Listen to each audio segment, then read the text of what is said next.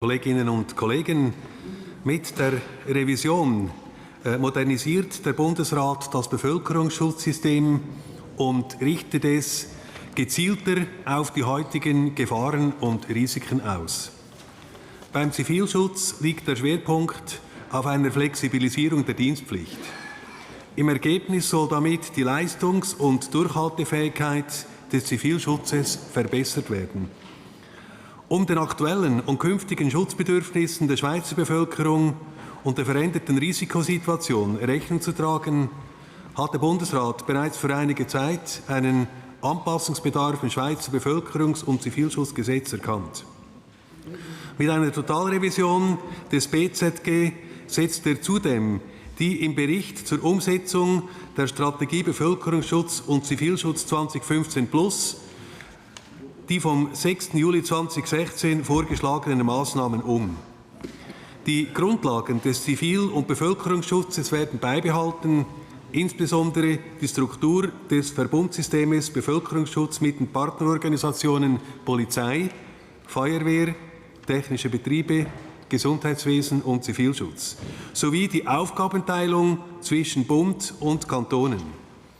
In einzelnen Bereichen müssen die Zuständigkeiten und Kompetenzen jedoch präzisiert oder neu geregelt werden. Im Bereich des Bevölkerungsschutzes zielt die Revisionsvorlage insbesondere darauf, die Führung, die Koordination und die Einsatzfähigkeit zu stärken. Die Zusammenarbeit der Partnerorganisationen in der Vorsorge und bei der Ereignisbewältigung soll optimiert werden. Weitere Änderungen haben zum Ziel, die Alarmierungs- und Telekommunikationssysteme zu erneuern und gesetzlich zu verankern. Außerdem sollen der Schutz kritischer Infrastrukturen sowie die Schutz- und Abwehrmaßnahmen gegen Cyber- und ABC-Risiken verbessert werden.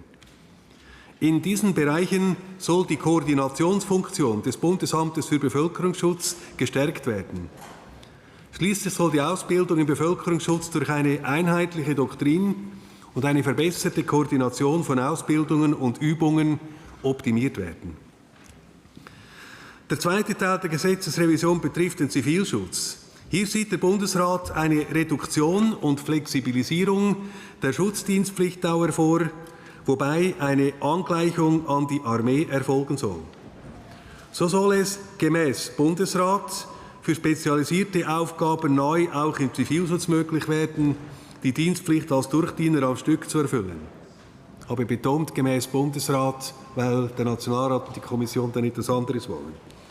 Zudem sollen bei der Wehrpflichtersatzabgabe den Schutzdienstpflichtigen künftig sämtliche geleistete Diensttage angerechnet werden.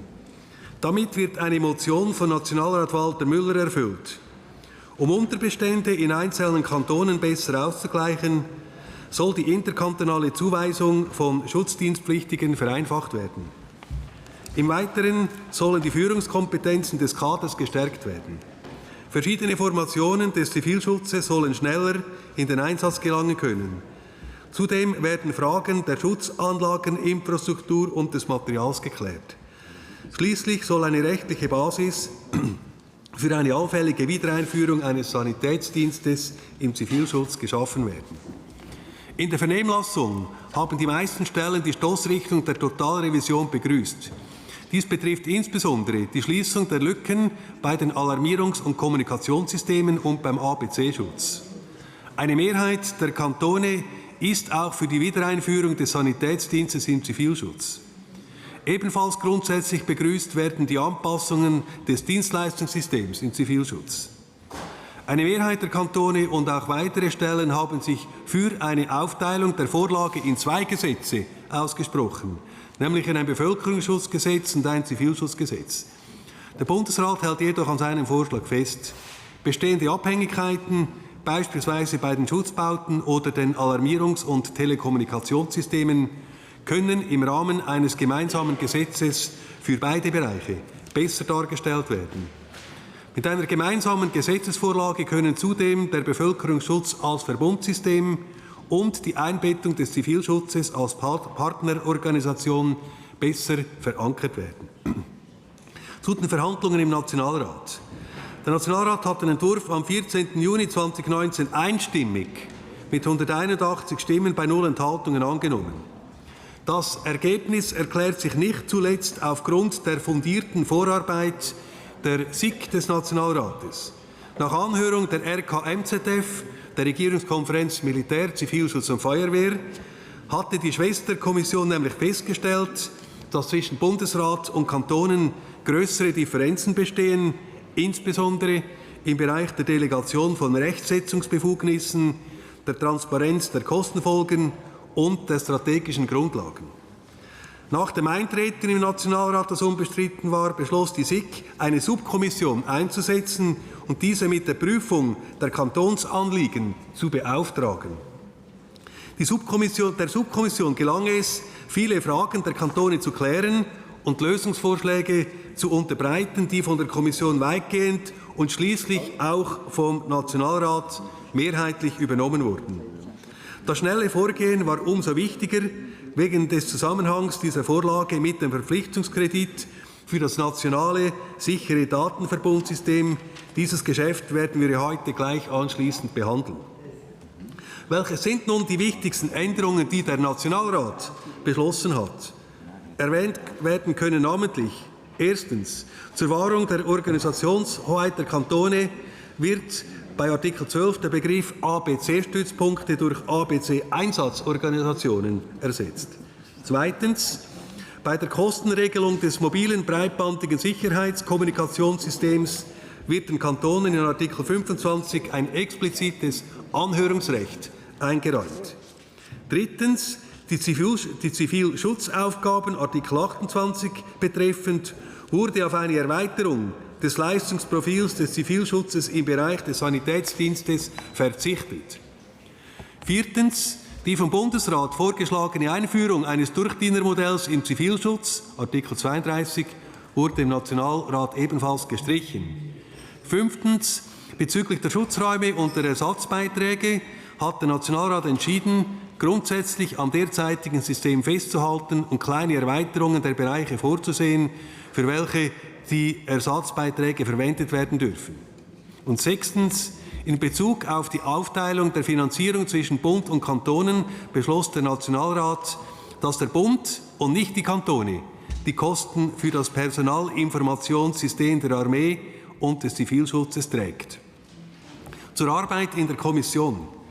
Nachdem sich die Kantone in Bezug auf eine mögliche Integration von Zivildienst und Zivilschutz mit einem Brief an unsere Kommission wandten, hörte die Kommission eine Delegation der Regierungskonferenz Militär, Zivilschutz und Feuerwehr an. Diese bekräftigte, dass sie mit ihrer Intervention nicht die vorliegende Revision gefährden oder verzögern wollte, sondern dass die Problematik der einbrechenden Zivilschutzbestände unabhängig und im Nachgang der vorgängigen Totalrevision angegangen werden soll. Daraufhin beschloss die Kommission mit 8:0 bei einer Enthaltung eintreten und beriet die Vorlage anhand den Beschlüssen des Nationalrates durch. Gegenüber der vom Nationalrat beschlossenen Fassung nahm Ihre Kommission die folgenden wesentlichen Änderungen vor. Erstens, Schutzdienstleistenden sollen bei der Berechnung der Wehrpflichtersatzabgabe auch freiwillig geleistete Schutzdiensttage angerechnet werden können. Zweitens, Ersatzbeiträge sollen neben der Finanzierung von öffentlichen Schutzräumen wie bisher auch zur Deckung sämtlicher Kosten, welche nach der Errichtung privater Schutzräume anfallen, benutzt werden. Entsprechend soll auch die Unterhaltspflicht der Schutzräume für die Eigentümer gestrichen werden. Bei diesen Anträgen geht es um den Erhalt des Status quo, nicht um einen Ausbau von neuen Leistungen. Es konnte weder bei der Beratung in der Kommission noch in der Diskussion glaubhaft genug dargelegt werden, dass Ersatzgelder im Unterhalt von Schutzanlagen nicht nur für Belüftungssysteme verwendet werden können. Die Kommission möchte darum hier eine Differenz schaffen, damit die Sache im Zweitrag geklärt werden kann. Drittens, die Kommission möchte explizit im Gesetz verankern, dass der Bund Alarmierungs- und Informationssysteme sowie das Notfallradio auch für Menschen mit Behinderungen zugänglich macht. Eingehend diskutiert wurde weiter die Frage, ob der Zivildienst als Partnerorganisation im Bevölkerungsschutz genannt werden sollte. Die Kommission lehnte dieses Anliegen mit 7:4 Stimmen bei 2 Enthaltungen ab, weil der Zivildienst nicht über die dafür notwendige Struktur verfügt. Aus Sicht der Minderheit könnte der Zivildienst aber einen wichtigen Beitrag zur Katastrophenvorbeugung leisten und die Durchhaltefähigkeit des Gesamtsystems erhöhen. Mit 6:4 Stimmen bei einer Enthaltung lehnte die SiK es ab, dass Schutzdienstpflichtige bei Katastrophen außerordentlichen Ausmaßes im Ausland aufgeboten werden können. Aus Sicht der Mehrheit wären diese Auslandeinsätze aus institutioneller Sicht problematisch, da den Zivilschutz für weltweite Einsätze die Führungsstrukturen fehlen. Weiter erörterte die Kommission das Durchdienermodell im Zivilschutz, wie es vom Bundesrat vorgeschlagen wurde, lehnte dieses aber mit 7:4 Stimmen bei 2 Enthaltungen ab. Gerne komme ich im Rahmen der Detailberatung auf die einzelnen Anträge zurück. Zum Schluss mache ich noch darauf aufmerksam, dass die Kommission auch die Petition 19.020 von Florin Konradin behandelt hat. Diese verlangt, dass in Artikel 54 die Ziffern 1 und 2 durch seine Formulierungsvorschläge ersetzt werden. Er fordert zusammen mit 26 Mitunterzeichnern damit das Weglassen einer Mindestanzahl von jährlichen Wiederholungskurstagen. Er und seine Mitunterzeichner wollen damit die Attraktivität von WKs und des Zivilschutzes steigern. Die Kommission sieht allerdings seitens des Gesetzgebers keinen Handlungsbedarf und hat das Anliegen deshalb nicht aufgenommen. Die Kommission beantragt Ihnen Eintreten und Zustimmung der Vorlage gemäß Ihren Anträgen. Merci, Monsieur le Président de la Commission. La discussion est ouverte pour les membres. La discussion est ouverte pour les membres de la Commission et la parole est à notre collègue Binder. Danke, Herr Präsident, werte Frau Bundesrätin, werte Anwesende. Uns Kommissionsmitglieder liegt ein Schreiben der Regierungskonferenz MZ vom 20. Mai vor. In diesem wird die Kommission in alarmierender Form aufgefordert, sich dem Problem des Bestandes im Zivilschutz anzunehmen. Im Schreiben heißt es, ich zitiere, die Anzahl der Rekrutierten ist rückläufig. Seit 2014 sank die Zahl erstmals unter 6.000. 2018 betrug sie 3.700. Falls die Rekrutierungsquote weiterhin sinkt oder auf diesem tiefen Niveau stagniert, führt dies zu einer gravierenden Sicherheitslücke in den Kantonen. Ende Zitat. Die Empfehlung, welche uns die Regierungskonferenz abgibt, ist also unmissverständlich. Zudem sollen wir die Zusammenführung von Zivildienst und Zivilschutz sofort prüfen. Und was machen wir in der Kommission in diesem Zusammenhang? Nichts. Wir verabschieden zwar ein neues Gesetz, lösen aber das Hauptproblem dieser tiefen Bestände nicht. Ich bin auch ein Föderalist, gerade als Standesvertreter. Doch wenn die Kantone uns um Hilfe ersuchen, so knalle ich nicht einfach die Türe zu. Beim Zivildienst haben wir reagiert und nach Lösungen gesucht und gefunden. Hier aber bieten wir keine Hand, überlassen das Schicksal einfach den Kantonen. Bei dieser Vorlage ist unsere Passivität noch viel unverständlicher, da wir an einer Totalrevision des Zivilschutzgesetzes sind. Eine Totalrevision aber, welche das Hauptproblem nicht löst, nicht einmal ansatzweise, nämlich jenes der akuten und gefährdeten Rekrutierungsbestände. Für mich ist das ein Déjà-vu. Beim Hooliganismus lehnten es der Bundesrat und das Parlament auch ab, den Kantonen zu helfen und das Problem der Gewalt endlich zu lösen. Auch dort verwies man auf den Föderalismus. Werte Kolleginnen und Kollegen, ich verstehe dieses Verhalten nicht. Bei beiden Themen geht es um die innere Sicherheit in unserem Land. Warum haben wir denn eine sicherheitspolitische Kommission, wenn wir beim Thema Sicherheit dauernd auf den Föderalismus verweisen? Das Thema Hooliganismus schieben wir nun schon Jahrzehnte vor uns her. Alle erkennen, dass die Kantone dieses Problem nicht alleine lösen können, weil die Gewalttätigkeit eben auch ein kantonsübergreifendes gesellschaftspolitisches Problem und Phänomen ist. Und genauso ist es beim Zivilschutz. Wären die Bestandesprobleme so einfach zu lösen, wie es einige glauben, so hätten die Kantone das längst alleine gemacht. Sie hätten nicht in der Sicherheitspolitischen Kommission vorstellig werden müssen. Hier aber, und ich nehme vor allem die Sicherheitspolitische Kommission ins Visier, wissen wir alle, dass wir für die innerstaatliche Sicherheit ebenfalls verantwortlich sind, nicht nur die Kantone. Wir machen es uns äußerst einfach, bei einem derartigen Hilferuf der Kantone einfach die Tür zuzuknallen und zu sagen, débrouillez-vous. Es ist geradezu lachhaft nach außen von einer Totalrevision zu sprechen, wenn das akute Hauptproblem des Zivilschutzes, die Rekrutierung, der Bestand, ungelöst bleibt, ja hier nicht einmal adressiert wird. Wir geben uns alle gern als Standesvertreter. Doch wenn unser Stand uns mit einem alarmierenden Schreiben um Hilfe bittet, so kommen wir nicht über eine Anhörung hinaus. In der bundesrätlichen Botschaft wird uns die Ausgangslage zu dieser Totalrevision aufgezeigt. Die Schlagwörter Terrorismus, Cyberattacken, Erdbeben, Blackout, Pandemie dominieren. Mit dieser Totalrevision wird jedoch nicht eine einzige dieser Gefahren eliminiert oder reduziert. Diese Gefahren lösen wir nicht in einer gesetzestechnischen Gesetzgebung. Da gaukeln wir dem Volk oder der Bevölkerung, den Kantonen etwas vor. Mit dieser Revision ist die Schweiz in Sachen Terrorismus, Cyberattacken, Pandemie, Blackout kein Mühe sicherer. Wir erkennen zwar, dass der Schutz der Bevölkerung das oberste Ziel ist, doch die Mittel dazu und die Probleme, die Mittel zu finden und zu rekrutieren, überlassen wir den Kantonen. Nicht ansatzweise haben wir uns bemüht, nach Lösungen zu suchen. Dominiert hat die Begründung, hier seien die Kantone zuständig.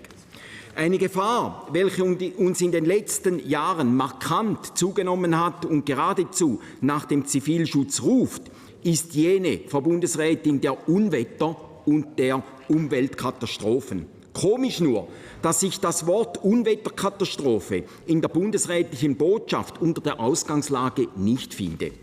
Wie gesagt, ich lese von Terrorismus, Cyberattacken, Blackout und Erdbeben, sogar von ABC-Schutz, nicht aber von Unwetterkatastrophen.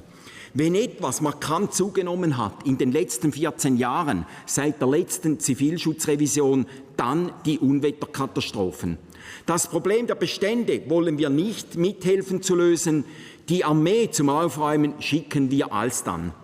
Werte Kolleginnen und Kollegen, ich bin mit der Art, wie wir in diesem Bereich und dem Bereich Hooliganismus legiferieren, nicht zufrieden. Ich stelle mir das Zusammenspiel Bund-Kanton im Bereich innere Sicherheit anders vor. Merci, cher collègue Minder. La discussion est toujours ouverte pour les membres de la Commission et la parole est à notre collègue Claude Esch. Monsieur le Président, Madame la Conseillère fédérale, chers collègues, tout d'abord, je ne conteste pas la fonction des abris de protection en cas de catastrophe et de situation d'urgence, mais le contexte a aujourd'hui évolué et nous devons en tenir compte.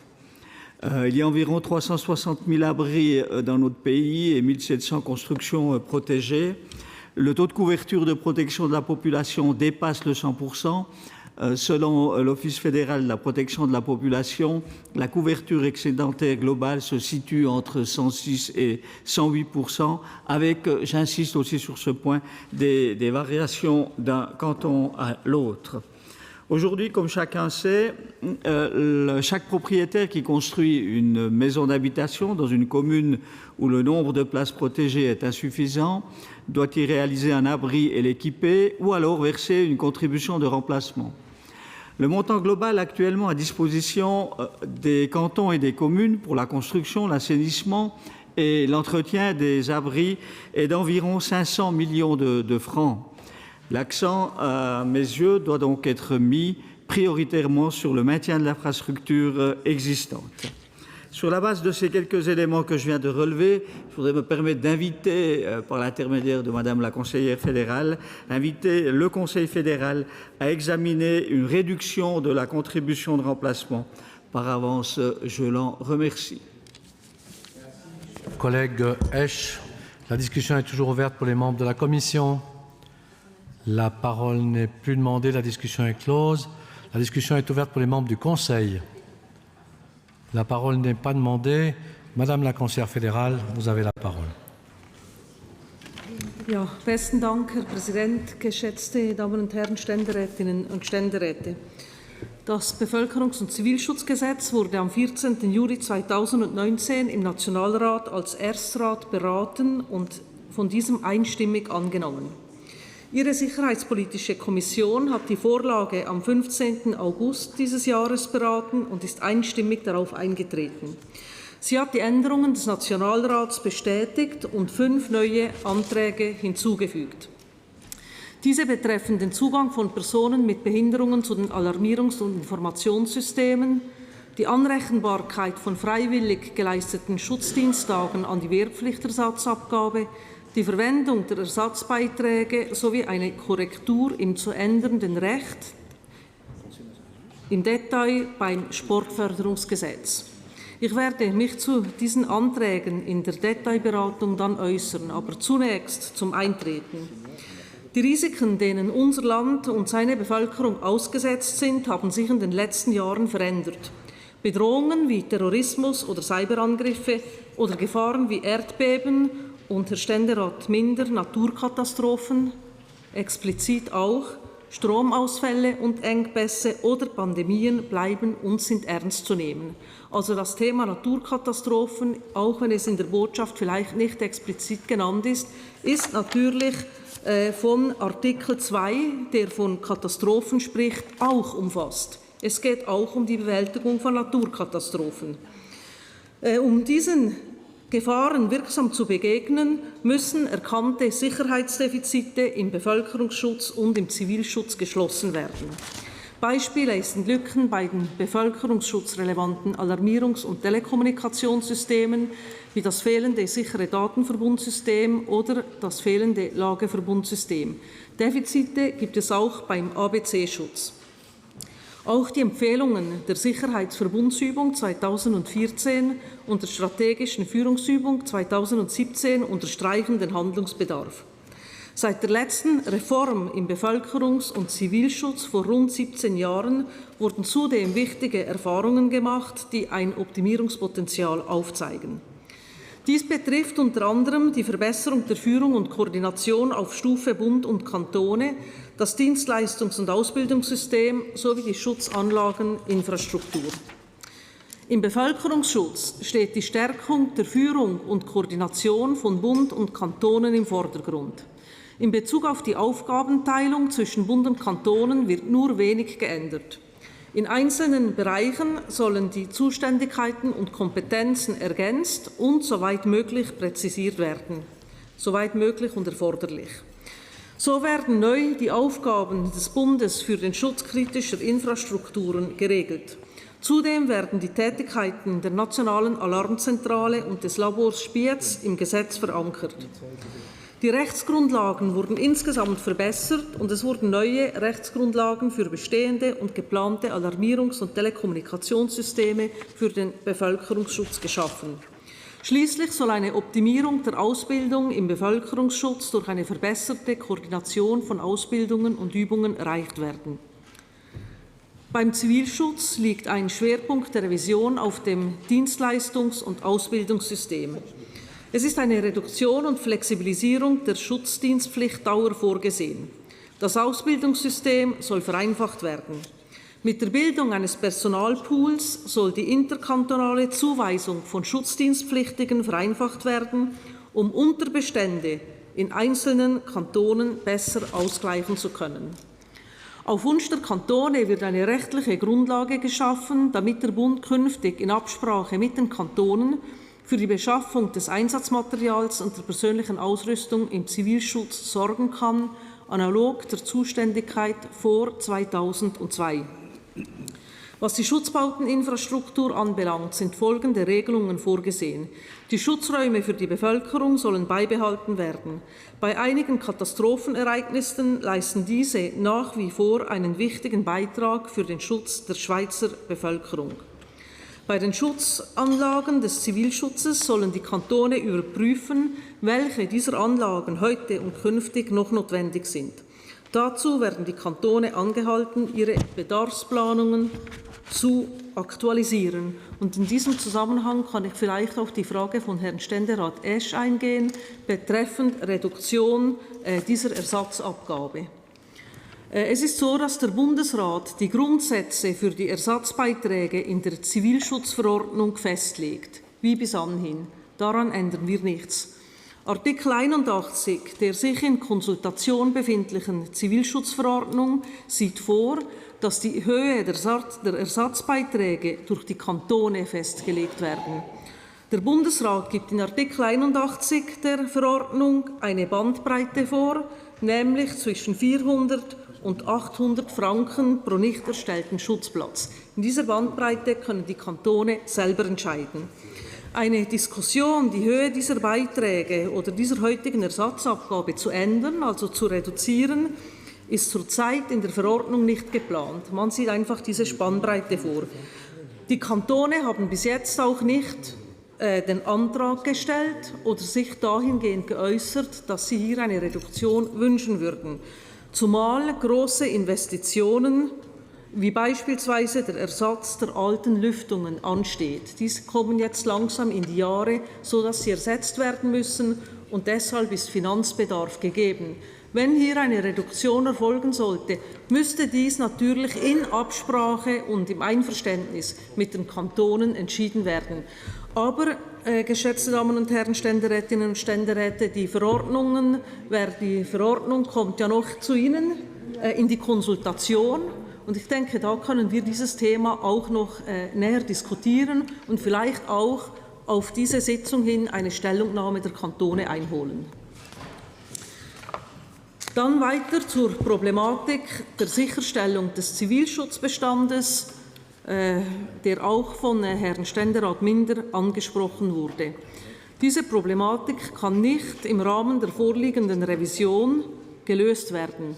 Das Problem besteht darin, dass bei der Rekrutierung bereits nicht genügend Zivilschutzpflichtige zugeteilt werden. In diesem Zusammenhang hat der Bundesrat das Eidgenössische Departement für Verteidigung, Bevölkerungsschutz und Sport beauftragt, zusammen mit dem Eidgenössischen Departement für Wirtschaft, Bildung und Forschung und unter Einbezug der Kantone die personelle Alimentierung von Armee und Zivilschutz zu analysieren und bis Ende 2020 einen Bericht zu erstellen. Es werden dabei auch Optionen geprüft, wie beispielsweise Zivildienstleistende in den Zivilschutz integriert werden könnten. Auf jeden Fall müssen die Bestände der Armee ebenfalls sichergestellt werden. Also die Frage der Alimentierung ist nicht am Bundesrat einfach vorbeigegangen. Im Gegenteil, wir arbeiten intensiv zusammen mit dem WBF an diesen Fragen und werden dann nach Vorliegen des Berichtes mit konkreten Maßnahmen kommen. Übrigens haben auch die Kantone selber festgestellt und sich dahingehend geäußert, dass diese Bestandesproblematik nicht im Rahmen der vorliegenden Revision gelöst werden könne und solle. Da sind wir mit den Kantonen auf derselben Linie. Ich möchte Sie noch auf einen Antrag des Bundesrats hinweisen in dieser Revision, und zwar auf Korrektur eines Fehlers. Dieser betrifft eine Änderung des Sportförderungsgesetzes, der sich bei der Erarbeitung der Vorlage ergeben hat und der leider erst jüngst entdeckt worden ist. Ich werde in der Detailberatung dann noch darauf eingehen. Schließlich noch der Hinweis, dass zusammen mit dem BZG auch die Ausführungsverordnungen total revidiert werden. Sie befinden sich aktuell in Konsultation bei den Kantonen und stoßen gemäß ersten Rückmeldungen auf positives Echo. Sie werden der Sicherheitspolitischen Kommission im nächsten Jahr unterbreitet. Sehr geehrter Herr Präsident, geschätzte Damen und Herren Ständerätinnen und Ständeräte, ich beantrage Ihnen im Namen des Bundesrates auf die Vorlage einzutreten. Besten Dank. Merci, Madame la Conseillère fédérale. Je constate que l'entrée en matière n'est pas contestée, ainsi décidé, et nous passons à la discussion par article. Loi fédérale sur la protection de la population et sur la protection civile, titre et préambule.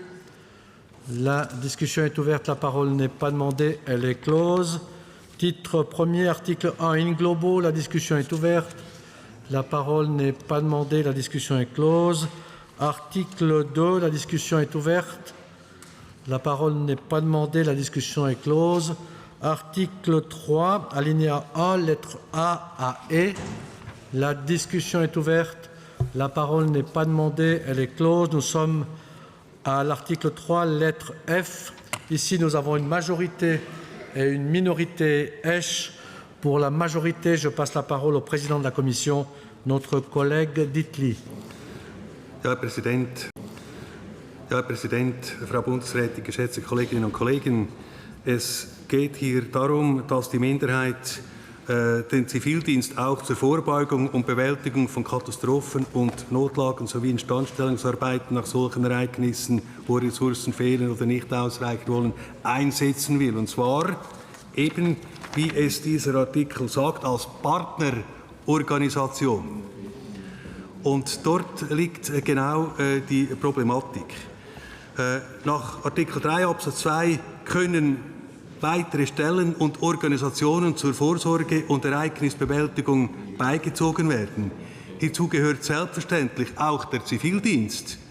Den Zivildienstformationen fehlt aber eine Führungsorganisationsstruktur, da die Dienstpflichtigen einzeln eingeteilt sind, um die Aufgaben zu übernehmen. Aufgrund der fehlenden Organisationsstruktur können die Dienstpflichtigen im Katastrophenfall nicht schnell und effizient eingesetzt werden. Selbstverständlich kann der Zivildienst im Fall einer nationalen Katastrophe oder Notlage in einer passenden Form die Partnerorganisationen des Bevölkerungsschutzes unterstützen. Dies betrifft aber auch andere Organisationen, wie zum Beispiel die Armee, ohne dass letztere in diesem Gesetz jetzt erwähnt würde. Hinzu kommt, dass der Zivildienst ein Bundesmittel und keine kantonale Organisationseinheit ist. Aus diesen Gründen ist es nicht sinnvoll, die beantragte Ergänzung aufzunehmen und den Zivildienst hier offiziell als Partnerorganisation aufzuführen. Merci, Monsieur le Président de la Commission. La parole pour la minorité est à notre collègue Claude Esch. Merci, Monsieur le Président. Esch. Merci, Monsieur le Président, Madame la conseillère fédérale, chers et chers collègues. Tout d'abord, un bref aperçu de la situation telle qu'elle se présente dans notre pays. Il y a 76 000 personnes, c'est donc l'effectif total de la protection civile. Chaque année, ce sont environ 6 000 personnes qui doivent être recrutées. Toutefois, les effectifs sont en baisse depuis quelques années et tous les cantons ne sont pas touchés de la même manière. Certains cantons connaissent de forts sous-effectifs. J'ai basé ma proposition à l'article 3, alinéa 1, lettre F, sur celle qui était défendue par la majorité de la Commission de la sécurité du Conseil national, mais qui a été abandonnée ensuite en plénum. J'y reviendrai d'ici quelques instants. Je souhaite donner la possibilité au service civil d'intervenir dans certaines situations particulières. Les ressources du service civil pourraient ainsi compléter les forces de la protection civile qui manquent de personnel dans certains cantons. Intégrer le service civil comme organisation partenaire permettra aussi d'être plus efficace à moyen et long terme sur le terrain. En effet, la protection civile ne peut être déployée que pour quelques jours ou au maximum 2 à 3 semaines. Le service civil pourrait être utilisé à des travaux de plus longue durée. À côté des organisations partenaires comme la police, les sapeurs-pompiers, les services de santé publique ou les services techniques, l'engagement de civilistes pour effectuer des travaux d'intérêt général permettrait d'être plus efficace, par exemple pour des travaux de remise en état après une catastrophe naturelle. Au vu de la situation climatique et de l'accélération du réchauffement de la planète, ce genre d'événement risque malheureusement de se multiplier à l'avenir. Le renforcement des synergies entre la protection civile et le service civil dans certaines situations est doublement positif, chers et chers collègues. Tout d'abord, l'engagement de civilistes permettrait de renforcer leurs connaissances et leurs expériences professionnelles. Deuxièmement, la protection civile bénéficierait aussi en retour de l'expérience et du savoir-faire de ces civils engagés, rappelons-le, pour remplir des missions au service de la collectivité. J'indiquais tout à l'heure que cette proposition avait été retirée ou plutôt abandonnée au niveau du plénum du Conseil national parce que la question de l'aspect juridique a été mise en discussion.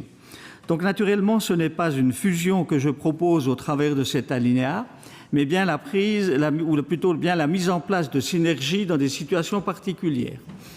Un avis de droit de l'Office fédéral de la justice, demandé par notre commission, daté du 12 juillet de cette année, indique que le service civil pourrait, dans des conditions bien déterminées, apporter un soutien à la protection civile et que le législateur dispose d'une grande marge de manœuvre en la matière.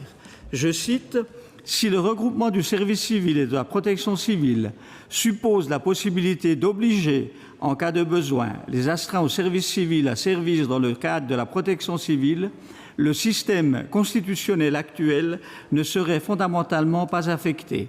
De telles opérations pourraient, indépendamment de leur conception concrète, être envisageables dans le cadre des dispositions constitutionnelles en vigueur. » Fin de citation. Autrement dit, des synergies sont tout à fait possibles sans pour autant compromettre la structure des deux systèmes. Pour ces quelques raisons, je vous invite à suivre la proposition de la minorité.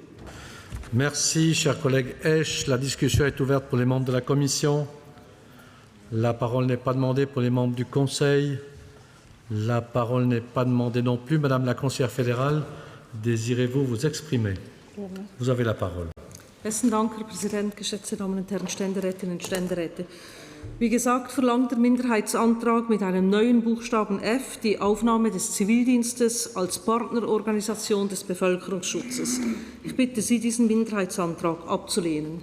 Partnerorganisationen des Bevölkerungsschutzes sind aktuell Polizei, Feuerwehr, Gesundheitswesen, technische Betriebe und Zivilschutz. Es handelt sich dabei samt und sonders um keine Bundesorganisationen, wie dies beim Zivildienst der Fall ist. Der Zivildienstorganisation fehlen zudem, und das ist entscheidend, die notwendige Struktur, Führungsorganisation und Verbindlichkeit, damit sie im Katastrophenfall schnell und effizient eingesetzt werden könnten. Aus diesen Gründen ist der Zivildienst als Partnerorganisation des Bevölkerungsschutzes nicht geeignet. Zielführender oder praktikabler wären, das, was ich im Eintretungsvotum angeführt habe, wäre die Option, dass Zivildienstleistende neu in den Zivilschutz eingeteilt werden könnten. Damit könnte man auch die Alimentierung erhöhen und eben diese Frage wird überprüft. Das wäre weitaus praktikabler, als eine Organisation einzubinden, die eben keine Führungsstruktur und keine richtige Organisation hat, weil es immer um Einzeleinsätze geht. Das ist das große Problem. Aus diesen Gründen bitte ich Sie, den Minderheitsantrag abzulehnen. Merci, Madame la conseillère fédérale. Nous sommes donc prêts pour voter. Chers et chers collègues qui suivez la proposition de la majorité de votre commission, vous l'exprimez par un oui. Celles et ceux qui suivez la minorité, Claude Esch, l'expriment par un non. Je lance le vote.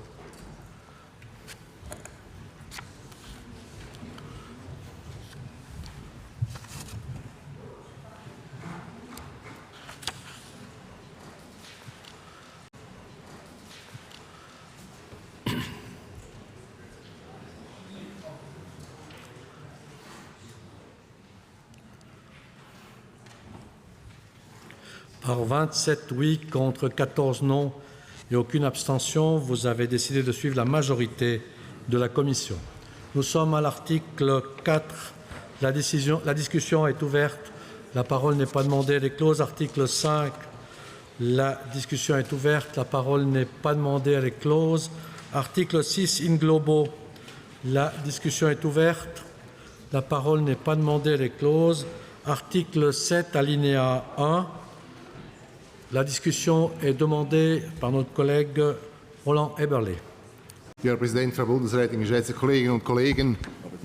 Wenn ich richtig zugehört habe, hat man nichts gesagt zu Artikel 7, weshalb das Großereignisse aus der bundesrätlichen Fassung im Nationalrat herausgestrichen wurden. Da hätte ich noch gerne eine Antwort, denn Großereignisse sind doch ein stehender Begriff und wenn man diesen auflöst, dann frage ich mich, unter welchen Titeln dann Großereignisse koordiniert werden vom Bund. Merci, chers collègues. La discussion est toujours ouverte à l'article 7, alinéa 1er. La discussion n'est plus demandée. Madame la conseillère fédérale, vous avez la parole. Ja, besten Dank, Herr Präsident, geschätzte Damen und Herren Ständerätinnen und Ständeräte.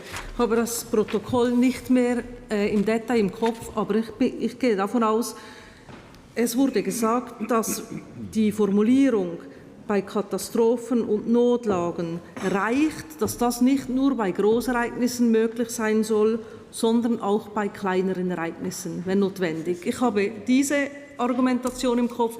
Der Bundesrat hat ja in seiner Fassung die Großereignisse aufgenommen, aber ich denke, das ist rein eine Frage, was versteht man unter Großereignissen oder sonst unter Katastrophen und Notlagen. Dass es nicht eine materielle Änderung ist, eher eine Frage der Formulierung. Merci, Madame la Conseillère fédérale. La parole est redemandée par notre collègue Eberle. Davon aus mit dieser Erklärung von Frau Bundesrätin, dass an der bestehenden Art und Weise, wie man dieses Thema handelt, nichts ändert. Dankeschön. Merci. Nous sommes à l'article 7, alinéa 2. Nous sommes à l'article 7, alinéa 2 à 4. La discussion est ouverte. La parole n'est pas demandée. La discussion est close. Article 8, in globo. La discussion est ouverte. La parole n'est pas demandée. Elle est close. Article 9, alinéa 1 à 4. La discussion est ouverte. La parole n'est pas demandée. 4 bis. La discussion est ouverte. Le président de la Commission demande à s'exprimer. Ja, Herr Präsident, Frau Bundesrätin, geschätzte Kolleginnen und Kollegen, 4 bis. Kolleginnen und Kollegen, 4 bis. Da hat der Verband Inclusion Handicap, das ist der Dachverband der Behindertenorganisationen, uns darauf aufmerksam gemacht, dass die Interessen von Behinderten in der vorliegenden Gesetzesvorlage nicht bzw. zu wenig berücksichtigt seien. Insbesondere würden Gehörlose den Sirenenalarm nicht hören. Menschen mit geistiger Behinderung seien in Alarmsituationen auch benachteiligt. Auch aufgrund völkerrechtlicher Verpflichtungen sei die Schweiz dazu verpflichtet, auf die Bedürfnisse behinderter Personen Rücksicht zu nehmen. Die Kommission hat das Anliegen geprüft. Der Bundesrat hat zwar schon diverse Projekte umgesetzt und ist auf einem guten Weg, all diesen berechtigten Forderungen nachzukommen. Es ist erfreulich, dass der Bund in die richtige Richtung geht. Doch weil sich teilweise diese Systeme erst entwickeln und noch nicht installiert sind, begrüßt die Kommission eine gesetzliche Verankerung. Die Kommission kann es nachvollziehen, dass dieses Anliegen die Behindertenorganisationen unter den Nägeln brennt. Es geht auch darum, hier ein Zeichen zu setzen. Merci, Monsieur le Président de la Commission. La discussion est ouverte sur cet alinéa 4 bis nouveau. La parole n'est pas demandée. Madame la conseillère fédérale, voulez-vous exprimer? Ja, Je vous passe, voulez-vous exprimer? Ja, Je vous passe volontiers la parole. Besten Dank, Herr Präsident, geschätzte Damen und Herren Ständerätinnen und Ständeräte. Gerne äußere ich mich zu dieser Frage. Wie gesagt, will die Kommission mit Artikel 9 Absatz 4 bis den Bund ausdrücklich dazu verpflichten, die Alarmierungs- und Informationssysteme der Bevölkerung auch für Menschen mit Behinderung zugänglich zu machen. Dieses Anliegen unterstütze ich und selbstverständlich auch der Bundesrat vollumfänglich. Trotzdem bitte ich Sie, den Antrag abzulehnen, da die Ergänzung überflüssig ist. Heute erfolgt die Alarmierung einerseits zuerst über die Sirenen und danach durch die Verbreitung der Verhaltensanweisungen mittels Radio bzw. Notfallradio. Ich bin mir bewusst, und es ist offensichtlich, dass dies insbesondere für Gehörlose oder Personen, die keine Landessprache verstehen, ein Problem ist. Sie werden von diesem System nicht oder nur ungenügend erreicht. Der Bund hat dieses Problem aber bereits erkannt. Und deshalb werden schon seit Oktober 2018 Alarme und Verhaltensanweisungen über die Alert Swiss App direkt an die Bevölkerung verbreitet. Bereits heute ist damit sichergestellt, dass auch Gehörlose erreicht werden. Die Alert Swiss App soll in Zukunft noch ausgebaut und mit weiteren Kanälen zur Alarmierung und Information ergänzt werden. Um die Erreichbarkeit zu verbessern, ist beispielsweise die Verbindung mit der Meteo Schweiz App geplant. Diese hat zurzeit ca. 6 Millionen Nutzerinnen und Nutzer. Zudem wird im Rahmen des Werterhalts und der Weiterentwicklung des Notfallradios geprüft, wie die Information von Menschen mit Behinderung sichergestellt werden kann. Die Projektinitialisierung ist bereits erfolgt. Der Antrag Ihrer Sicherheitskommission ist also mit Ausnahme des Notfallradios bereits heute umgesetzt. Und betreffend Notfallradio laufen schon Planungen. Die Verpflichtung, die Alarmierungs- und Informationssysteme im Ereignisfall auch für Menschen mit Behinderung zugänglich zu machen, besteht außerdem schon aufgrund des Behindertengleichstellungsgesetzes. Das heißt, das Anliegen, diese Gleichbehandlung auf Gesetzesebene festzulegen, die ist bereits erfüllt im Behindertengleichstellungsgesetz. Ein neuer Artikel 9 Absatz 4 bis bringt deshalb keinen Mehrwert für Menschen mit Behinderung. Er ist rein deklaratorisch. Man kann sagen, es wird ein Zeichen gesetzt, aber gesetzestechnisch überflüssig, weil bereits vorhanden in einem anderen Gesetz und weil bereits vieles umgesetzt oder bereits in Planung ist. Deshalb bitte ich Sie, diesen Antrag im Sinne einer schlanken Gesetzgebung abzulehnen, nicht weil das Anliegen von mir oder dem Bundesrat nicht unterstützt würde. Merci, Madame la Conseillère fédérale. Nous allons donc voter.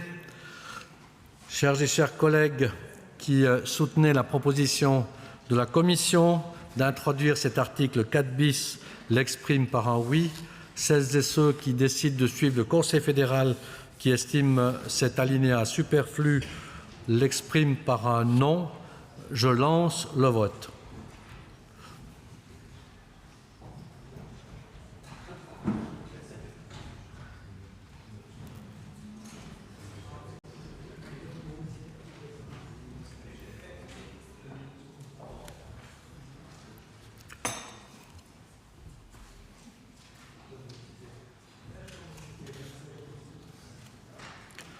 Par 32 oui, 8 non et une abstention, vous avez décidé de suivre la majorité de la Commission. Nous sommes à l'article 9, alinéa 5. La discussion est ouverte. La parole n'est pas demandée, la discussion est close. Article 10, in globo. Article 11, in globo. La discussion est ouverte pour les deux articles 10 et 11. La parole n'est pas demandée, la discussion est close. Article 12, alinéa 1. La discussion est ouverte, la parole n'est pas demandée, elle est close. Alinéa 2 à 4. La discussion est ouverte, la parole n'est pas demandée, elle est close. Article 13 et article 14 in globo. La discussion est ouverte, la parole n'est pas demandée, elle est close. Article 15, 16 in globo, 17 in globo. La discussion est ouverte sur ces trois articles, 15, 16 et 17. La parole n'est pas demandée, la discussion est close. Article 18 in globo. La discussion est ouverte, la parole n'est pas demandée, elle est close. Article 19 in globo. Article 20 in globo. Article 21 in globo. La discussion est ouverte sur les articles 19, 20 et 21. La parole n'est pas demandée, la discussion est close. Nous sommes à l'article 22, alinéa 1. La discussion est ouverte, la parole n'est pas demandée, elle est close. Article 22, alinéa 2 à 7. La discussion est ouverte, la parole n'est pas demandée, elle est close. Article 23, in globo. Article 24, in globo. La discussion est ouverte sur les articles 23 à 24. La parole n'est pas demandée, elle est close. Nous sommes à l'article 25, alinéa 1. La discussion est ouverte, la parole n'est pas demandée. Nous passons à ce même article 25, alinéa 2. Et là, nous avons une proposition de la commission de rédaction. Je passe la parole à notre collègue Zanetti. Herr Präsident, Frau Bundesrätin, geschätzte Damen und Herren! Ich fungiere hier eben als Transmissionsriemen der Redaktionskommission gemäß Artikel 5 Absatz 1 der Verordnung der Bundesversammlung über die Redaktionskommission. Dieser Artikel sieht vor, dass die Kommission Antrag stellen kann, wenn sie in einer Vorlage auf Unebenheiten, Unklarheiten oder Widersprüche stößt. Die Redaktionskommission ist einhellig zum Schluss gekommen, dass zwischen Artikel 25 Absatz 1 Buchstabe b und Absatz 2 Buchstabe b eine Unklarheit oder ein Widerspruch besteht. Das ist, ich will da nicht näher in die Details gehen, das ist wirklich ja, es ist nicht nur eine sprachliche Unebenheit, sondern es wäre ein materieller Entscheid, wenn wir das geklärt hätten. Und das will ja die Redaktionskommission nicht.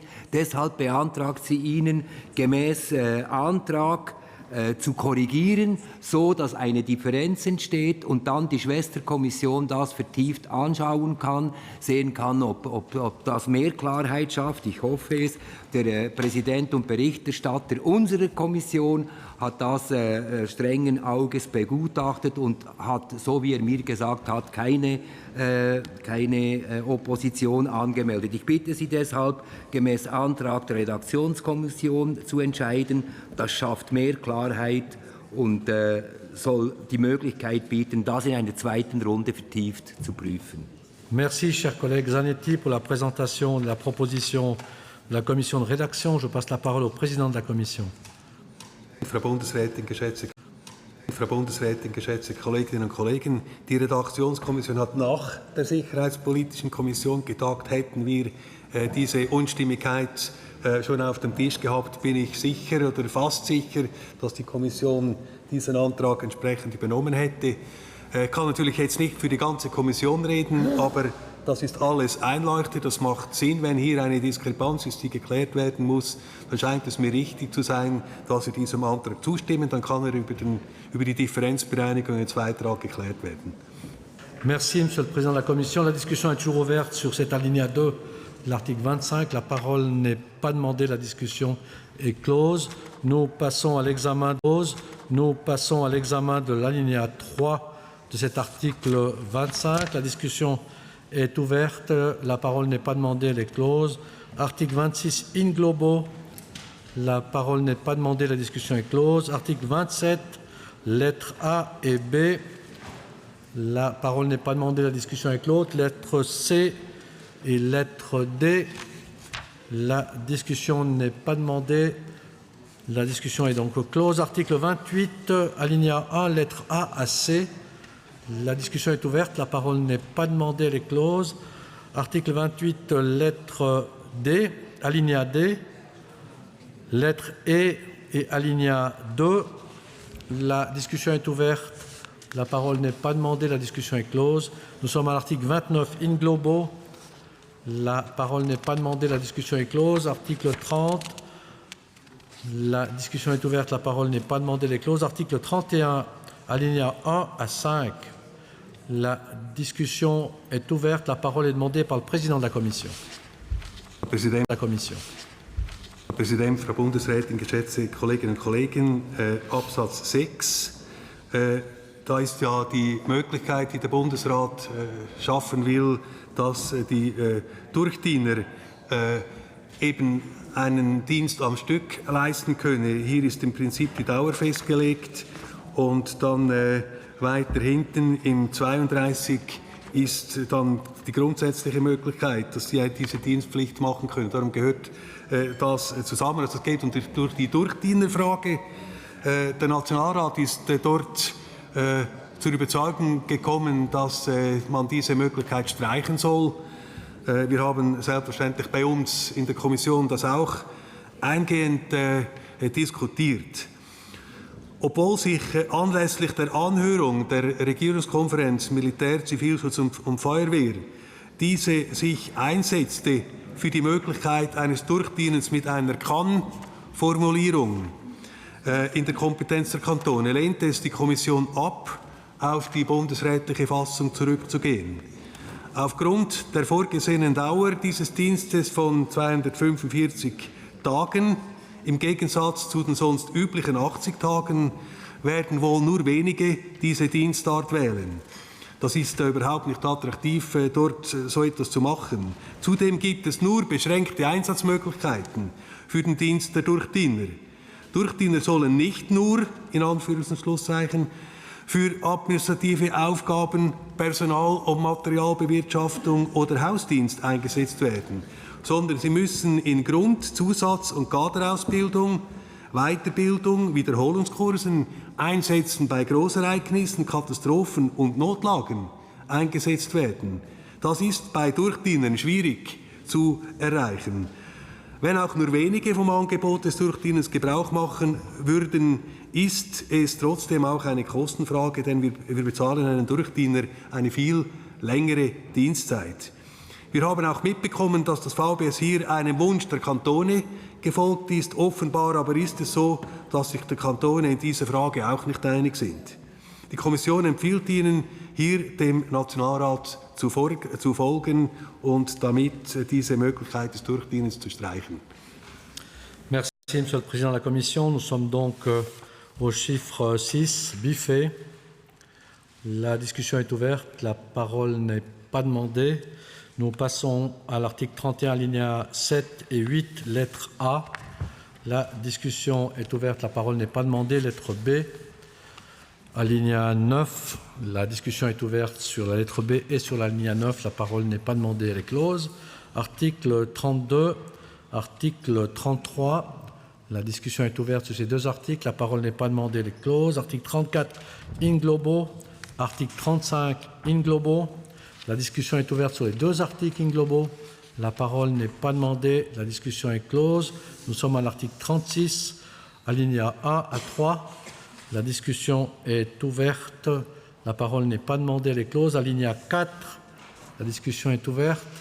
La parole n'est pas demandée. Elle est close. Article 37, alinéa 1, 2 et 3. La discussion est ouverte. La parole n'est pas demandée. La discussion est close. Nous sommes à l'article 38 in globo. 39, 40 in globo. La discussion est ouverte sur ces trois articles, 38, 39 et 40. La parole n'est pas demandée, la discussion est close. Nous sommes à l'article 41. La discussion est ouverte, la parole n'est pas demandée, elle est close. Article 42. La discussion est demandée par le président de la Commission. Frau Bundesrätin, geschätzte Kolleginnen und Kollegen, Ihre Kommission beantragt Ihnen hier, den letzten Satz in Artikel 42 zu streichen. Gemäß diesem Artikel können die Schutzdienstleistenden sämtliche im Rahmen der Schutzdienstpflicht geleisteten Diensttage bei der Berechnung der Wehrpflichtersatzabgabe anrechnen lassen. Im Gegensatz zu heute wird nun explizit festgehalten, dass die freiwillig geleisteten Schutzdiensttage nicht an die Berechnung der Wehrpflichtersatzabgabe angerechnet werden können. In Artikel 34 dieser Vorlage wird festgelegt, welche Personen freiwillig Schutzdienst leisten können. Der letzte Satz von Artikel 42 widerspricht irgendwie Artikel 34 Absatz 3, der besagt, ich zitiere, Personen, die freiwillig Schutzdienst leisten, sind in Rechten und Pflichten den Schutzdienstpflichtigen gleichgestellt. Zitat Ende. In der vorliegenden Fassung ist es nicht der Fall. Denn mit diesem letzten Satz von Artikel 42 im BZG sind die Angehörigen des Zivilschutzes mit freiwillig geleisteten Schutzdiensttagen in Rechten und Pflichten den Schutzdienstpflichtigen nicht gleichgestellt. Es gibt auch noch einen zweiten Grund. Sollte Artikel 42 mit dem letzten Satz stehen bleiben, verschließt man dem Zivilschutz auch einen Weg, um zu Personal zu kommen, was angesichts der sinkenden Rekrutierungszahlen von 8.000 auf 3.700 nicht zu unterstützen ist. Wenn man die Wehrpflichtersatzabgabe nicht reduzieren kann, ist man auch nicht motiviert, freiwillig Schutzdienst zu leisten. In diesem Sinne empfiehlt Ihnen die Kommission, hier diesen letzten Satz zu streichen. Merci, Monsieur le Président de la Commission. La discussion est toujours ouverte à cet article 42. La parole n'est pas demandée, la discussion est close. Nous sommes à l'article 43 in globo, 44, 45 in globo, 46 in globo. La discussion est ouverte sur les articles 43, 44, 45 et 46. La parole n'est pas demandée, la discussion est close. Nous sommes à l'article 47, alinéa 1, lettres A et B. La discussion est ouverte, la parole n'est pas demandée, elle est close. Article 47, lettre B bis. Ici, nous avons une majorité et une minorité. Pour la majorité, je passe la parole au président de la Commission. Artikel 47 Absatz 1 Buchstabe B hält fest, dass der Bundesrat Schutzdienstpflichtige bei Katastrophen und Notlagen, die das grenznahe Ausland betreffen, aufbieten kann. Die Minderheit möchte jedoch eine Ergänzung, damit man überall in der Welt intervenieren könnte, zum Beispiel bei Katastrophen außerordentlichen Ausmaßes in Afrika oder Südamerika. Dort könnten ohnehin nur Leute hingeschickt werden, die damit einverstanden wären, im Ausland in den Dienst zu gehen. Es stellt sich auch die Frage, ob der Zivilschutz die Kapazitäten und die Kompetenzen für solche Einsätze überhaupt hat. Im grenznahen Ausland ist das aus der Sicht der Mehrheit unproblematisch, weil wir in der gleichen klimatischen und geografischen Region sind. Wenn wir uns aber einen Einsatz in Afrika oder Südamerika vorstellen, so müssen die Personen, die dort in den Einsatz gehen, speziell geschult und speziell ausgerüstet sein, damit sie überhaupt einen Nutzen bringen. Dann gibt es ordnungspolitische Argumente gegen diesen Antrag. Die Zivilschutzorganisationen sind grundsätzlich kantonale Organisationen. Das Aufgebot gemäß Artikel 47 Absatz 1 würde durch den Bund vorgenommen. Mit der beantragten Ergänzung würde der Bundesrat kantonale Organisationen aufbieten und im Ausland in den Einsatz schicken. Daran dürften die Kantone wohl wenig Freude haben.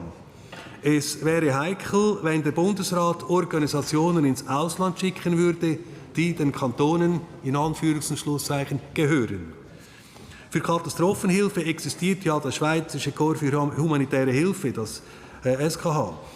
Dieses rückt bei solchen Fällen immer aus und erbringt sehr gute Leistungen. Dieses Korps ist auf der ganzen Welt sehr geschätzt.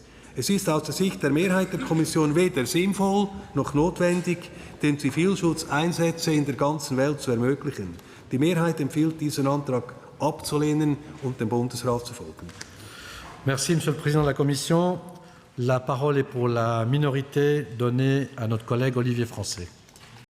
Monsieur le Président, Madame la Conseillère fédérale, chers collègues, ce n'est pas la première fois que j'interviens sur ce cas, puisqu'il y a près de 12 ans, je suis déjà intervenu quand il y a eu une révision de la loi partielle. J'ai fait une initiative parlementaire et je reviens à la charge parce que depuis, il s'est passé bien d'événements tragiques à travers le monde. Ma référence de base, c'était ce qui s'est passé en Amérique centrale, où l'ouragan Mitch a fait plus de 20 000 morts et dans lequel ce pays était en difficulté, non pas pour l'aide immédiate, mais pour la période de reconstruction. Et en son temps, sur la base d'initiatives, entre autres cantonales, vaudoises, des volontaires étaient prêts à aller au Nicaragua pour participer j'insiste bien, pour participer à l'aide à la reconstruction d'infrastructures indispensables dans une société. Je pense à la voirie, je pense aux hôpitaux, je pense aux écoles. Dans cette mobilisation partielle, nous avions 30 volontaires qui étaient prêts à partir un certain temps. Quand je dis un certain temps, ce n'était pas seulement pour faire l'aller-retour dans ce pays dévasté, mais c'est participer à un projet. On sait que dans nos structures suisses, on a des groupes d'intervention, j'appellerais intervention rapide, je pense quand on a des séismes ou qu'on a d'autres événements de ce type pour donner un coup de main dans l'urgence. Par contre, sur le long terme, les forces sont plus difficiles à se réunir. Depuis 1998, il y a eu de nombreux événements tragiques qui sont arrivés malheureusement à travers le monde. Je pense au tsunami en 2004 dans l'océan Indien qui a fait plus de 200 à 250 000 morts. Je pense au Japon, même si là, bien sûr, ils ont eu les ressources nécessaires, mais je pense bien sûr à Fukushima. Je pense à bien d'autres événements tragiques qui ont eu à travers le monde. Ma proposition est la suivante, c'est de donner la possibilité au Conseil fédéral de dire aux cantons qu'ont des personnes qui sont prêtes à s'engager pour un temps certain, pour participer, j'insiste bien, sur la période de reconstruction, d'appuyer tout simplement ces pays qui en font bien sûr la demande, et tout ça bien sûr sur la base d'un volontariat. Chers collègues, 30 à 40 personnes de notre pays qui seraient prêts à s'engager, non pas contre de l'argent, mais à faire quelque chose de concret dans un pays qui est dans la difficulté profonde, après que toutes les promesses aient été données par les uns et par les autres, et je pense à certains pays qui, par coup de dizaines de millions, disent « je vais vous faire la promesse à la reconstruction », quand il faut passer à l'acte, ils ne sont pas là. La Suisse avec toutes ces actions à travers le monde, pourrait faire un acte très concret, sans parler d'argent, mais de parler de fait, et d'appuyer les forces structurées qu'on a au sein de notre pays pour pas seulement intervenir en période d'urgence, mais plus particulièrement dans la phase de reconstruction dans ces pays qui sont en très très grande difficulté. D'ailleurs, vous constaterez sur la carte de notre planète les pays qui sont durement touchés par ces événements exceptionnels, j'insiste bien, d'ampleur exceptionnelle, sont souvent des pays qui sont pauvres de ressources. Preuve en est d'ailleurs qui s'est passé encore la semaine passée dans un pays qui a été complètement dévasté. Voilà, ce n'est pas chose importante à donner, bien au contraire, c'est quelque chose de relativement simple, de favoriser les volontaires, et j'insiste bien, les volontaires qui sont prêts à intervenir pour la période dite de reconstruction, de manière bien sûr coordonnée avec les structures de notre pays, sachant que les structures aujourd'hui qu'on a en place sont là pour des périodes de très court terme. Ce sont des gens, certes, qui sont toujours disponibles.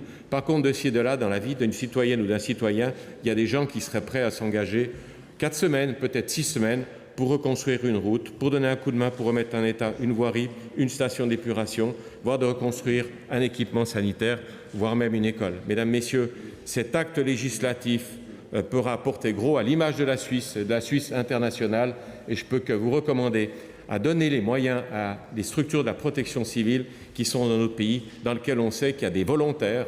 Ce n'est pas toujours un acte obligatoire comme certains peuvent le ressentir.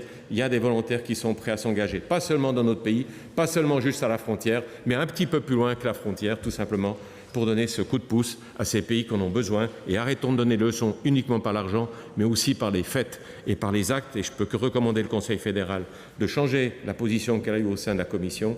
Et vous, chers et chers collègues, de donner cette impulsion forte pour que la Suisse sanitaire, la Suisse qui veut donner un coup de main, ne le fasse pas que par les moyens financiers, mais aussi par les actes de ces citoyennes et citoyens qui sont prêts à s'engager, je reviens bien, sur un acte volontaire. Je vous remercie de soutenir ma proposition. Merci, chers collègues français. La discussion est ouverte pour les membres de la Commission. La parole n'est pas demandée pour les membres du Conseil. La parole n'est pas demandée non plus. Madame la conseillère fédérale, vous avez la parole. Besten Dank. Vous avez la parole. Besten Dank, Herr Präsident, geschätzte Damen und Herren Ständerätinnen und Ständeräte. Die Schweiz leistet bereits heute Unterstützung bei Katastrophen und Notlagen im Ausland. Ich verweise hier auf die militärische Katastrophenhilfe, das Schweizer Korps für humanitäre Hilfe oder die Rettungskette Schweiz. Diese Organisationen verfügen über spezifische, für solche Einsätze ausgebildete Spezialistinnen und Spezialisten sowie das nötige Einsatzmaterial. Sie blicken auf jahrelange praktische Erfahrung in solchen Einsätzen zurück. Diese Hilfeleistung der Schweiz hat sich bewährt und sie steht der Schweiz auch gut an. Der Zivilschutz ist dagegen für weltweite Einsätze nicht geeignet. Solche Einsätze finden in einem völlig anderen Umfeld statt. Die kantonalen Zivilschutzorganisationen sind sicher gut ausgebildet und ausgerüstet für Katastropheneinsätze in der Schweiz und im vergleichbaren nahen Ausland. Hingegen braucht es für Einsätze beispielsweise in Afrika, Asien, Mittel-Südamerika oder im Nahen Osten eine andere Ausbildung und anderes Material. Vor allem aber ist der Zivilschutz im Gegensatz zur Armee kantonal organisiert. Es ist nicht denkbar, dass der Bundesrat kantonale Zivilschutzpflichtige aufbietet und dann unter Führung eines Kantons beispielsweise in einen Einsatz nach Afrika schickt. Dazu kommen noch Herausforderungen wie die Transportlogistik, Versicherungs- und Finanzierungsfragen und weiteres. Die beantragte Ergänzung von Artikel 47 könnte schon aus diesen Gründen in der Praxis nicht umgesetzt werden. Es ist lobenswert, Katastrophenhilfe im Ausland zu leisten.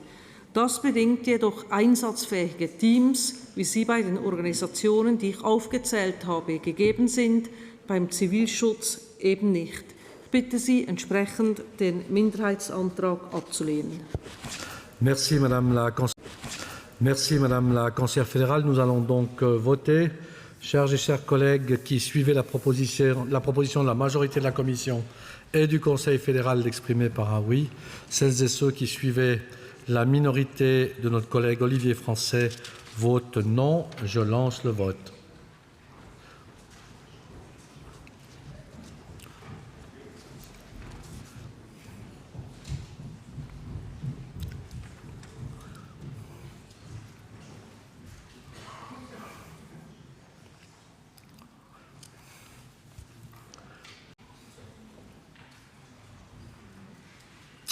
Par 23 oui contre 16 non et une abstention, vous avez suivi la majorité de la Commission et le Conseil fédéral. Nous sommes à l'article 47, lettres C et alinéa 2 à 4. La discussion est ouverte, la parole n'est pas demandée, la discussion est close. Article 48 in globo, La parole n'est pas demandée. La discussion est close. Ici, au chapitre 3, avec l'accord du président de la Commission, je vous propose d'ouvrir la discussion sur les chapitres 3 et 4, autrement dit des articles 49 à 60 in globo. La discussion n'est pas demandée. Elle est close. Nous sommes donc maintenant à la page du dépliant en français, page 33, à l'article 61. La discussion est ouverte à l'article 61. La parole n'est pas demandée. La discussion est close. Article 62 in globo. La discussion est ouverte. La parole n'est pas demandée. Elle est close. Article 63, alinéa 1 et 2. La discussion est ouverte. La parole n'est pas demandée. Elle est close. Nous sommes à l'article 63. Le chiffre 3, phrase introductive. La discussion est ouverte. La parole est demandée par le président de la Commission. Je lui passe la parole. Ja, Herr Präsident, Frau Bundesrätin, geschätzte Kolleginnen und Kollegen. Es geht um den Gebäudeunterhalt, um den Unterhalt von Schutzraumanlagen. Und zwar zuerst Artikel 63 Absatz 3, aber ich rede auch gleich zu Artikel 66 auf der nächsten Seite. Das geht ins gleiche Kapitel hinein. Bei diesen beiden Anträgen geht es im Prinzip um den Erhalt des Status quo bei der Verwendung und der Höhe der Ersatzbeiträge. Es geht der Kommission nicht um einen Ausbau von neuen Leistungen. Die beiden Anträge betreffen vor allem die Hauseigentümerinnen und Hauseigentümer. Die Vorlage hält in Artikel 63 Absatz 3 im Grundsatz am bisherigen Recht fest. So sollen Mittel aus den Ersatzbeiträgen zur Finanzierung der öffentlichen Schutzräume der Gemeinden und zur Erneuerung privater Schutzräume dienen. Neu können aber die verbleibenden Mittel für die zivilschutznahen Umnutzungen von Schutzanlagen, deren Rückbau sowie für die Beschaffung von Material und für die periodische Schutzraumkontrolle verwendet werden. Der Wortlaut von Artikel 63 Absatz 3 erweckte bei der Kommission jedoch einen anderen Eindruck. Denn in den Erläuterungen des Bundesamtes für Bevölkerungsschutz zum baulichen Teil des BZG und der Verordnung über den Zivilschutz steht geschrieben, dass sich die Finanzierung der Erneuerung von privaten Schutzräumen mittels Ersatzbeiträgen auf das Belüftungssystem beschränkt. Alle anderen Schutzraumkomponenten gehören zum normalen Gebäudeunterhalt. Deren Erneuerung kann folglich gemäß diesem Wortlaut nicht mit Ersatzbeiträgen finanziert werden. Somit gehören alle anderen Schutzraumkomponenten außer der Belüftung zum normalen Gebäudeunterhalt. Und damit bleiben bis auf die Kosten für die Erneuerung des Belüftungssystems sämtliche Erneuerungskosten an den Hauseigentümerinnen und Hauseigentümern hängen. Das hat auch Auswirkungen auf Artikel 66, der ebenfalls den Unterhalt betrifft. Dieser soll gestrichen werden. Dort steht, dass der Unterhalt der Schutzräume dem Eigentümer oder der Eigentümerin obliegt. Das hat nun aber nach Ansicht der Kommission eine Ungleichbehandlung zur Konsequenz. Immobilieneigentümerinnen und Eigentümer, welche Schutzräume erstellt haben, müssen mit Ausnahme der Belüftung für sämtliche Folgekosten nach dem Bau der Schutzräume aufkommen. Wer allerdings keinen Schutzraum erstellen muss, bezahlt hingegen nur ein einziges Mal einen Ersatzbeitrag. Wenn dem so ist, dann wäre dies eine unfaire Regelung. Anlässlich der Beratung in der Kommission wurde seitens BABS eingestanden, dass die Botschaft tatsächlich nicht präzise genug ist.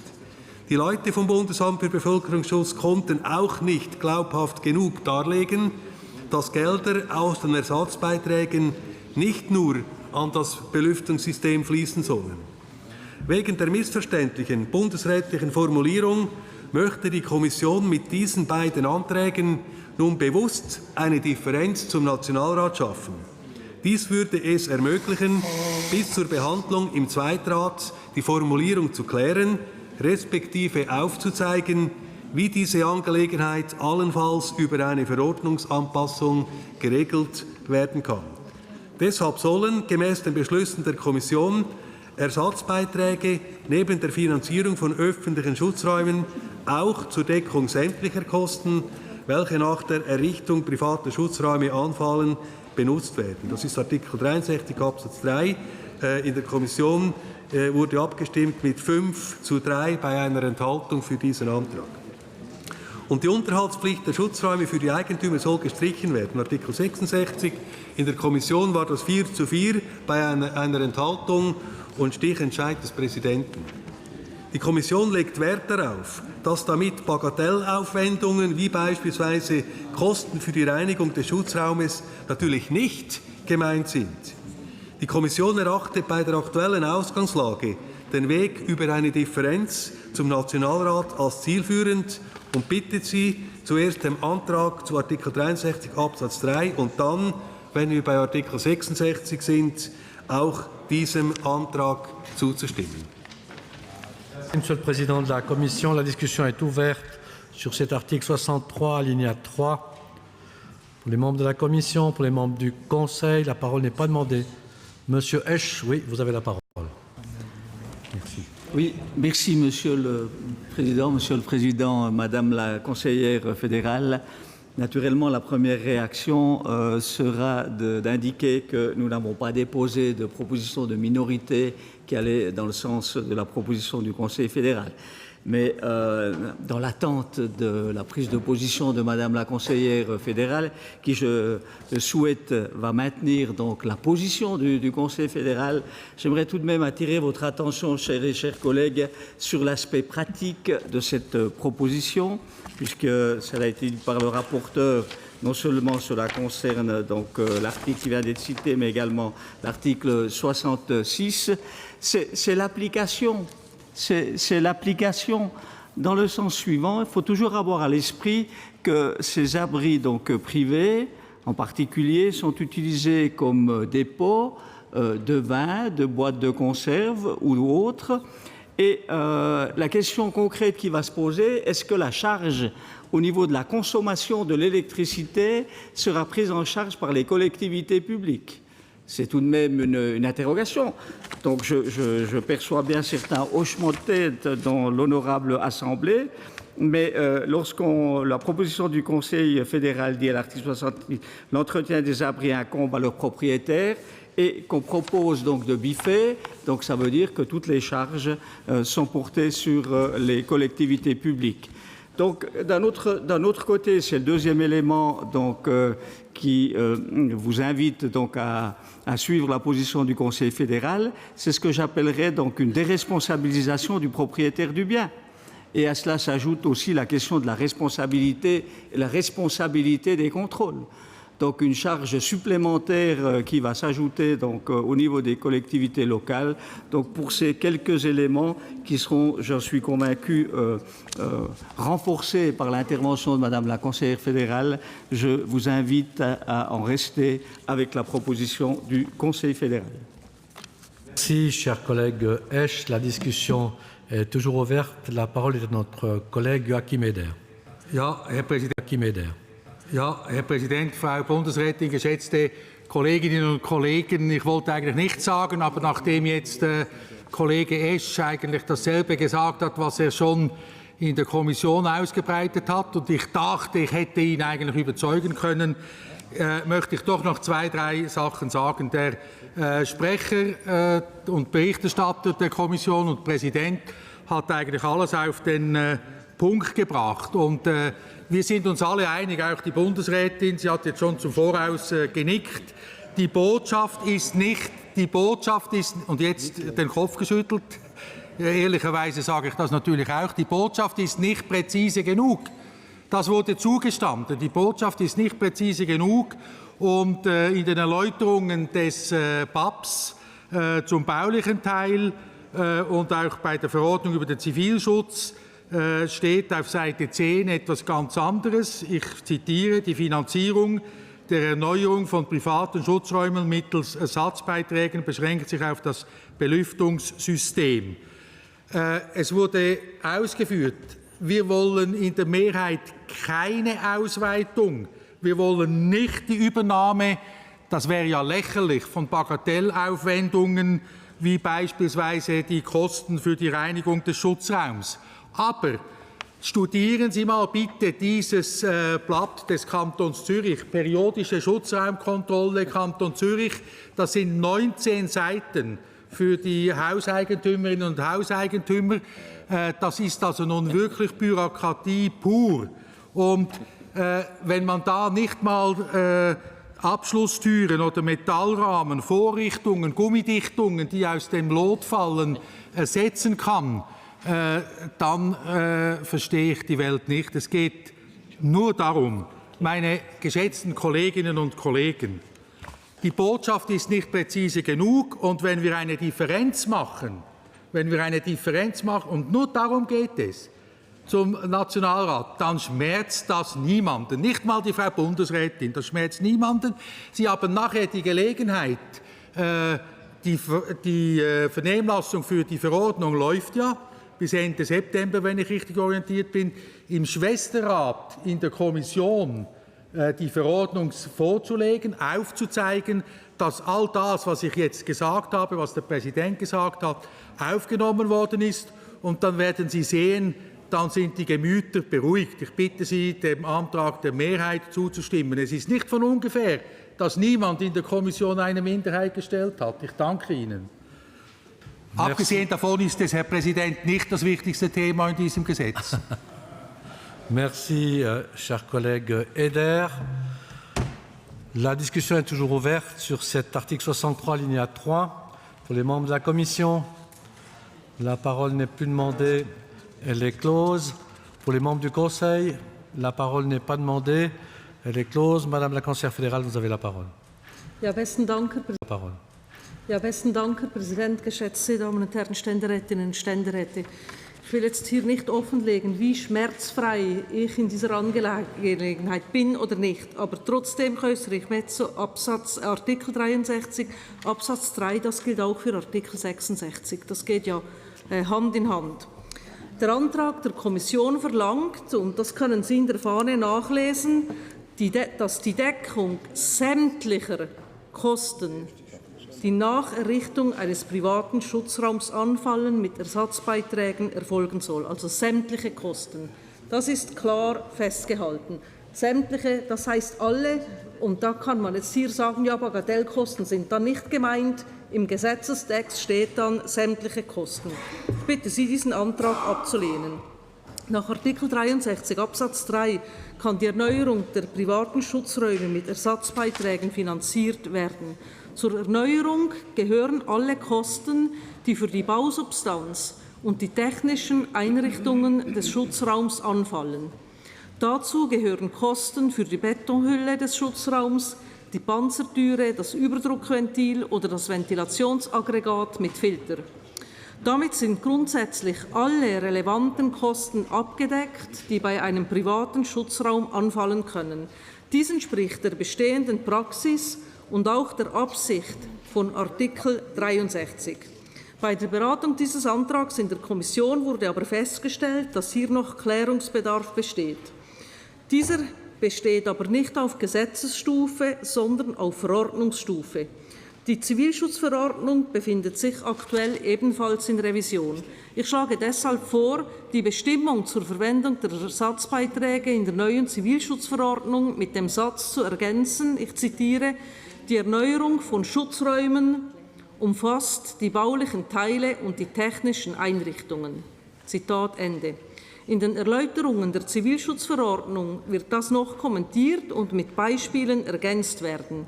Damit wird das Anliegen der Kommission erfüllt, und zwar besser als mit deren Antrag, der mehr Unklarheit als Klarheit bringt. Ich versetze mich nur kurz zurück in meine Zeit als Stadtpräsidentin. Und ich stelle mir vor, mit welcher Begründung ich die Rechnung eines Bürgers für die Reinigung seines Luftschutzraums zurückweisen würde, wenn im Gesetz steht, sämtliche Kosten nach Errichtung seien über die Ersatzbeiträge zu bezahlen. Also diese Formulierung bringt mehr Unklarheit. Ich kann hier zuhanden der Materialien festhalten, dass die Verordnung im erwähnten Sinne, dass es in der Verordnung geklärt wird, ausgearbeitet wird. Ihre Sicherheitskommission wird zur Verordnung auch noch konsultiert werden. Und da können Sie noch mal den Finger auf den wunden Punkt legen und dafür sorgen, dass das in die Verordnung kommt, was ich hier jetzt zusage.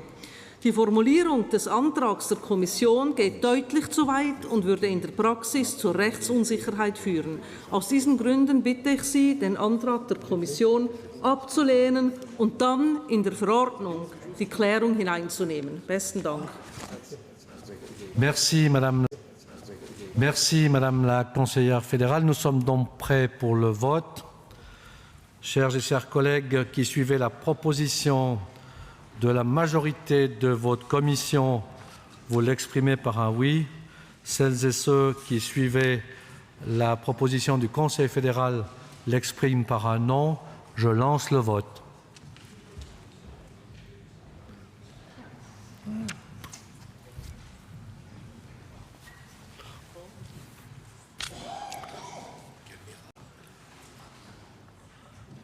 T'as vu comment je dois faire? Touche pas parce que celui-là est cassé.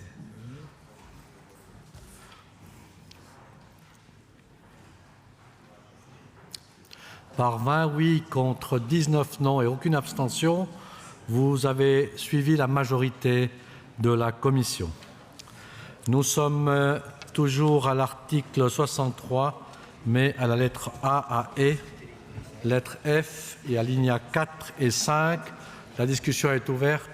La parole n'est pas demandée, elle est close. Articles 64, 65, 67 in globo. La discussion est ouverte. La parole n'est pas demandée, elle est close. Article 68. Discussion est ouverte. La parole n'est pas demandée, elle est close. Je reviens sur l'article 66. On doit aussi ouvrir la discussion d'une façon formelle sur l'article 66. La parole n'est pas demandée. La discussion est close. Nous sommes à l'article 69, alinéa 1er. La discussion est ouverte. La parole n'est pas demandée, elle est close. Alinéa 2 à 5. La parole n'est pas demandée, la discussion est close. Nous sommes à l'article 70 in globo, 71, 72 in globo. La discussion est ouverte sur les articles 70, 71, 72. La parole n'est pas demandée, la discussion est close. C'est articles 73, 74, 75, 76. La discussion est ouverte. La parole n'est pas demandée, la discussion est close. Nous sommes au chapitre 6, avec l'accord du Président. Je soumets à la discussion les chapitres 6, 7, 8, 9 et 10, autrement dit de l'article 77 à l'article 91 in globo. J'ouvre la discussion sur ces chapitres 6, 7, 8, 9 et 10. La parole n'est pas demandée, la discussion est close. Nous sommes à la page 46 du dépliant en français, mais surtout nous sommes à l'article 92. La discussion est ouverte. Article 92, alinéa 1, lettre A à H. La discussion est ouverte. La parole n'est pas demandée, elle est close. Lettre I. La parole n'est pas demandée, elle est close. Alinéa 2 à 11. La discussion est ouverte. La parole n'est pas demandée, elle est close. Nous sommes à l'article 93. Lettre A à C, la discussion est ouverte, la parole n'est pas demandée, elle est close. Article 94, traitement in globo. Article 95, in globo. Article 96, in globo. La discussion est ouverte sur les 94, 95 et 96 in globo. La parole n'est pas demandée, la discussion est close. Nous sommes à l'article 100, nous sommes à l'article 97, 98. Ici, à l'article 98, nous devons passer à l'annexe. Celles et ceux qui désirent prendre la parole sur les articles 97 et 98, personne, la discussion n'est pas demandée, elle est close. Nous passons à l'annexe qui se trouve à la page 54 du dépliant en français.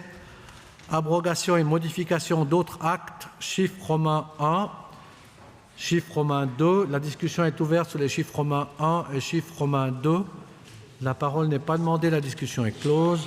Nous sommes à la loi sur l'encouragement du sport, article 16, alinéa 2, lettre C. La discussion est ouverte sur cette loi sur l'encouragement au sport. La parole n'est pas demandée, la discussion est close. Nous passons à la loi sur l'assurance militaire, article 1A, alinéa 1 et lettre H. La discussion est ouverte. La parole n'est pas demandée, la discussion est close. Nous sommes à la loi sur les allocations pour perte de gain. La discussion est ouverte aux articles 1A et alinéa 3 de la loi sur les allocations pour perte de gain. La parole n'est pas demandée, la discussion est close. Nous revenons à l'article 99 du projet de loi. La discussion est ouverte sur l'article 99. La parole n'est pas demandée.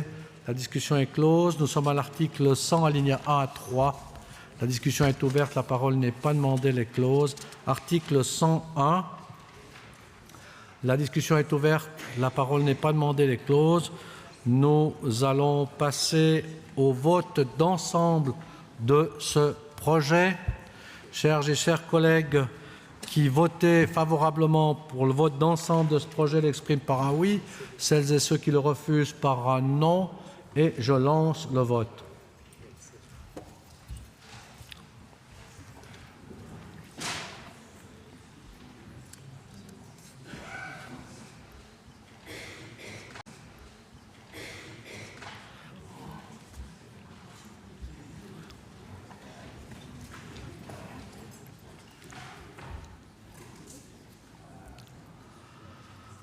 Par 41 oui contre 0 non et une abstention, vous avez accepté dans le vote d'ensemble ce projet. Cet objet retourne au Conseil national. Nous devons encore traiter du classement d'une motion qui se trouve à la page 59 du dépliant en français. Le Conseil fédéral propose de classer la motion. Le Conseil national a décidé de ne pas classer la motion. La Commission propose de se rallier au Conseil national. La parole est au président de la Commission, Joseph, sur le classement.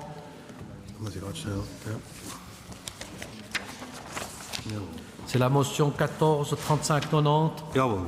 Okay. Der Nationalrat hat beschlossen, die Motion nicht abzuschreiben, weil die Verordnungsanpassung noch nicht vorliegt.